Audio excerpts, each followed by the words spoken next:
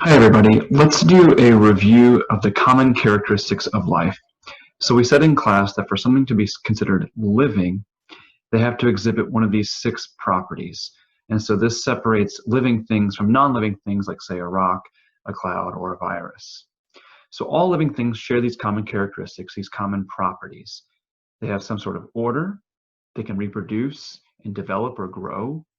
Living things need to acquire materials or energy, respond to the environment, maintain homeostasis, and life can adapt and evolve.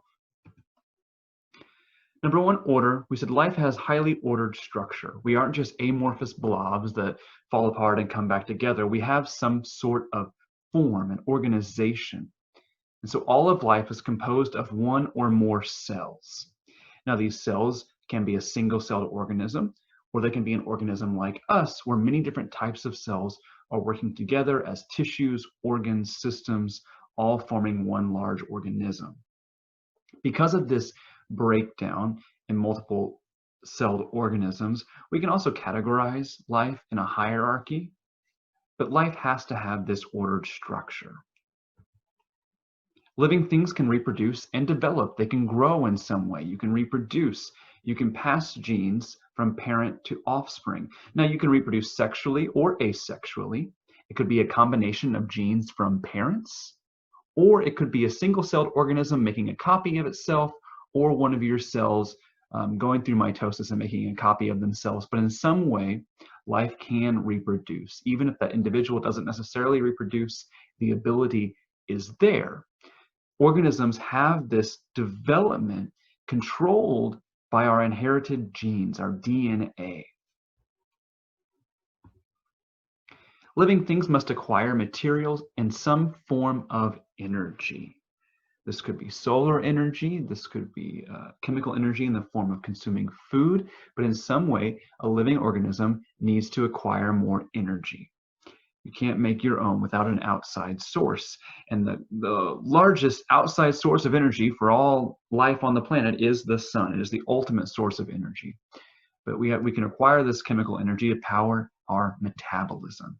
Metabolism is just all the reactions that occur inside of a cell. Living things can respond to outside stimulus, respond to the environment. This could be as simple as something being phototaxic, moving toward or away from light. It could be responding to hot or cold. It could be getting up and moving out of the room. It could be, we could even expand that to include migratory organisms or migratory species. But in some way, a living thing has the ability to respond to environmental stimuli. Living things also maintain homeostasis, maintain that inner balance. Right now, as you're reading this, you're maintaining your blood pH between 7.35 and 7.45. You're maintaining your internal temperature. You're maintaining your hydration throughout the day, internal pressure. You're maintaining your carbon dioxide, oxygen balance. You're maintaining your chemical balance. You're maintaining your solute balance. There are all sorts of things, but in some way, living things have that range at which they are adapted for, that range at which they exist, and they maintain that internal balance, that internal homeostasis. Life can also adapt and evolve. Life is not static. The genetic code is very plastic. Every time we have a reproductive event, the genetic code changes just a little bit.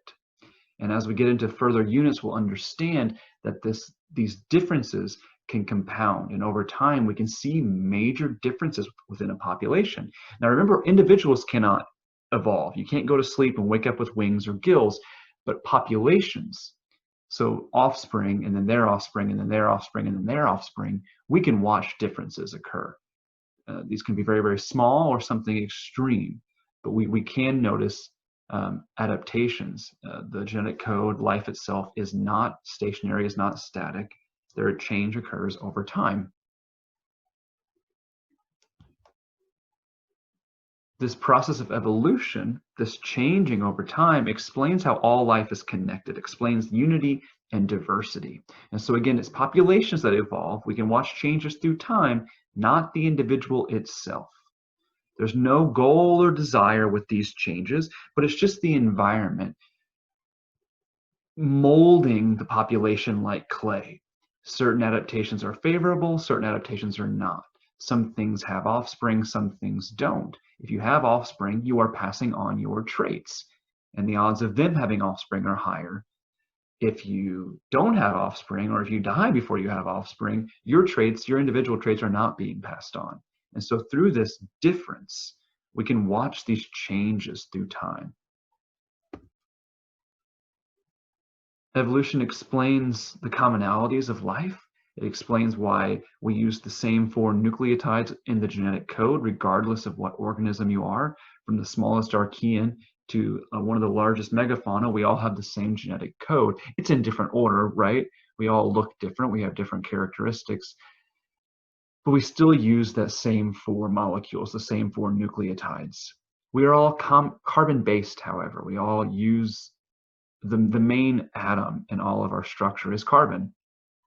Evolution also explains descent from our ancestral species. And so it explains, it allows us through evidence like looking at the biogeochemical evidence, looking at the DNA, looking at fossils, looking at leftovers through time, we can see these differences, we can watch these differences and try to understand them.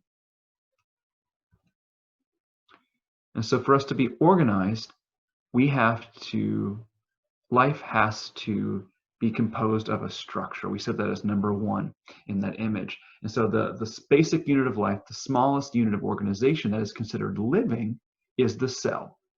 Now you'll notice the cell is made up of stuff, right? Organelles, there are proteins going around, little molecules in there, but that's not living. Even things like viruses are not living. The cell is the smallest basic unit of life. It meets all 6 of those characteristics.